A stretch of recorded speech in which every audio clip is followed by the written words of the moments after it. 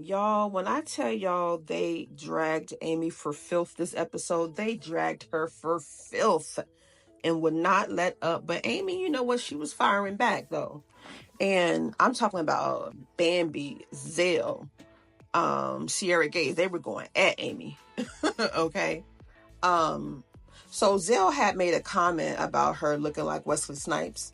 And some people think it was colorist. I don't think so, because isn't he just as black as Wesley Snipes? When a man says a woman looks like Wesley Snipes, they're saying she looks like a man. Does she look like a man? Hell no. She is one of the very few on Love and Hip Hop franchise that actually still have their regular face. She's the only one of the few, I can say. She looks good. But I don't think it was colorist. He just said she looked like a man, which she don't. Okay? But let me know what y'all think down in the comments. Was it colorist? Was it not? So we'll circle back to that. So Spice and Scrappy are at a video shoot for their new song, Pull Up. I like the song. It's very different coming from Scrappy, and I was impressed. Spice asked Scrappy, what did he think of Bambi's diss record? He said her verse was on point, even though she fired some shots at him. But he said it's all about artistry, so he didn't take it personal. Excuse me. Honestly, I don't think music is for either of the ladies, Bambi or Amy.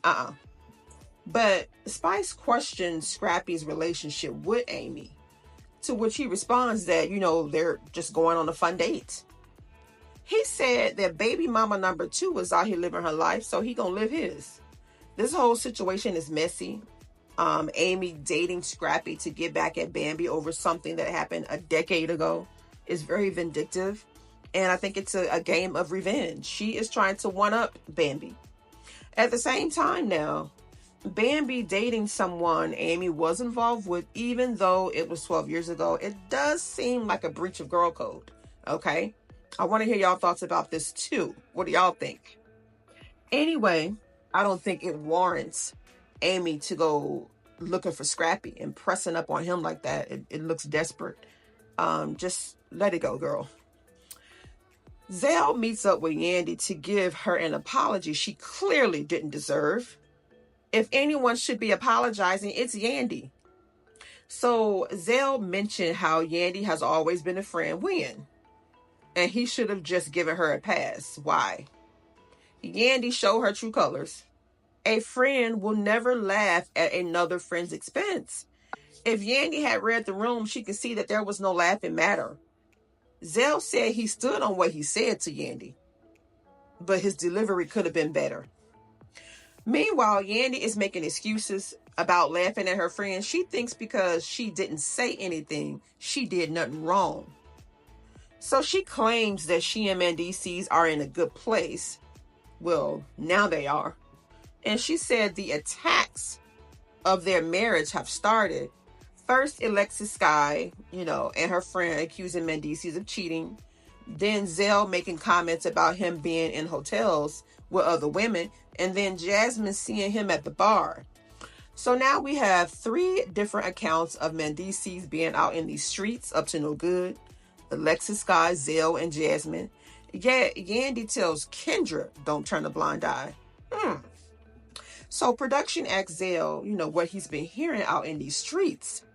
And he said the streets are saying mendeecees is in these sheets and it ain't with Yandy. Ooh. Now let's not act like, mendeecees wasn't with Erica, excuse me, and Yandy at the same time. Anyway, I was waiting for Yandy to apologize to Zell. She didn't. She laughed at Zell. That shows a lack of friendship and empathy. And then she tried to justify it by claiming she didn't say anything. It doesn't matter. The bottom line is you laughed at your friend. And she gonna do it again in this episode. But to another friend. With that stank look on her face. In the next scene, honey, clearly Amy is just thirsty. Okay, she's pursuing Scrappy. And then asks him. She asks him who he's sticking his peen in. Child, it's given I'm desperate for a storyline, and it shows, just how desperate she is because she is showering Scrappy with compliments and he just is blushing. So she admitted that back in the day when she thought that she and Bambi were friends, she couldn't help but sneak glances at him. Girl, But the more she talks, the more Scrappy looks more and more uncomfortable. The entire scene reeks of desperation and awkwardness. All in all, it seems like this is just a storyline driven by spite and attention. Amy, girl, you are too good for this. I don't like her in this scene. You look dumb. You are too good for this. Bring Mozzie back. I liked him. He was fine. He treated you good. He was a little broke, but he still loved you. Go and get him back. You looking stupid and pissing me off. Meanwhile, Kendra is stressing the hell out of Joc so much that he's considering backing out of the Cast album. Now, he doesn't want to be a part of the album full of diss songs, and also he can't be a part of it because of Kendra. Okay? And he feels like with those diss songs being on the album, he feels as though it's taken away the positive energy that he wanted to bring. But Spice claims that she is just producing the song and can't control what Amy says. Heifer, you can decide not to include the song on the album. Don't sit here and act like it's outside your control. So Joc is telling this selfish bish that, he hasn't finished his track because there is so much going on in his life. She gave not one damn. Instead of asking, Joc, is everything okay with your family? Or if I can help, she focused her attention solely on that damn track. Then she said Joc is known for never pulling out of anything. That should tell you right there, honey, something ain't right. Respect his decision, heifer. Kendra is putting this man through where you can see the pain and sadness on his face. Joc is caught in a tough spot. On the one hand, his vision for the album was to be positive energy, but it was being overshadowed by this negativity of those diss tracks. And then Spice claiming that she can't control the content, it feels like a cop-out. Producers often have a say with what makes the cut. So she could easily say, no, let's not include this track. But she wants to be messy. Kendra doesn't think Mo and Joc has something going on. But she doesn't like how the way his employee, disrespect to her, his employee. If you knowingly marry a man and you know he has a history of cheating, shut the hell up about his cheating and let him cheat in peace. Kendra, girl, you can't keep complaining about something you knew prior to marriage, but she thought she can change him. One of the comments in one of my videos said that Kendra married Joc so that she can one-up the other women. And I believe it. So Joc is having to sit down with Kendra and he looks so nervous and sad and it's hard not to feel sorry for him. So Joc thinks that Kendra telling Mo she wasn't allowed in their home was harsh. And Kendra brings up that Mo said if she wanted Joc, she can have him. And she pretty much asks him, where is the outrage with that statement she made? Facts. Because Joc should have said to Mo, no, you can't have me. I'm all Kendra's. But he didn't say nothing. I'm with Kendra on this one. Mo was too confident that she can have Joc. And Joc said nothing to reassure Kendra that she can't. Anyway, Joc puts his foot down finally a little bit. He finally put his foot down a little bit. And he tells Kendra she can't continue to weaponize their marriage by threatening divorce. And she agrees, but less than a millisecond later, honey, she brings it up again. So she says that she don't have to talk about the situation anymore between him and Mo, or any other woman for that matter, because if she ever have to talk about it again, there won't be a conversation. Ooh. Once again, hinting at divorce. Then she said, because I'm too good for all that. Kendra is constantly boasting about herself. I'm rich, I'm fine, I'm too good of a woman. I can be out in these streets. I could be doing me.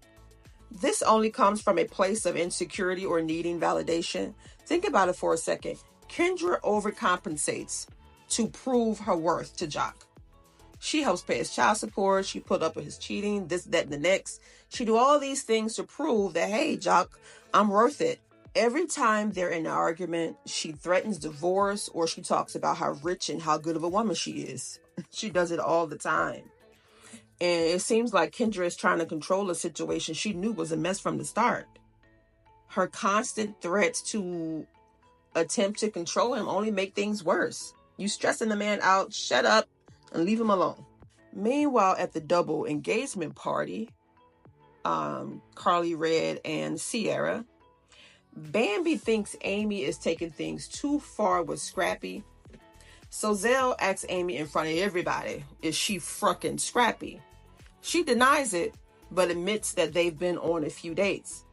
So she explains that Scrappy was only off limits when she thought she and Bambi were friends. Now that they've established they're not friends, Scrappy is fair game. Sierra then confronts Amy about the harsh comments she made on her diss track. She called Amy low down and dirty. Amy claps back and says, Sierra get a new man every 6 months and that her face surgery looks terrible.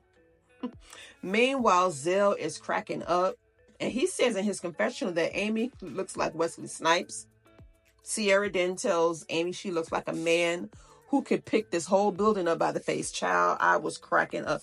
She said Amy looks like a man that can pick the whole building up by the face. Child, I was too through. And then there's Yandy with that damn look on her face laughing again. Didn't you just get in trouble for that?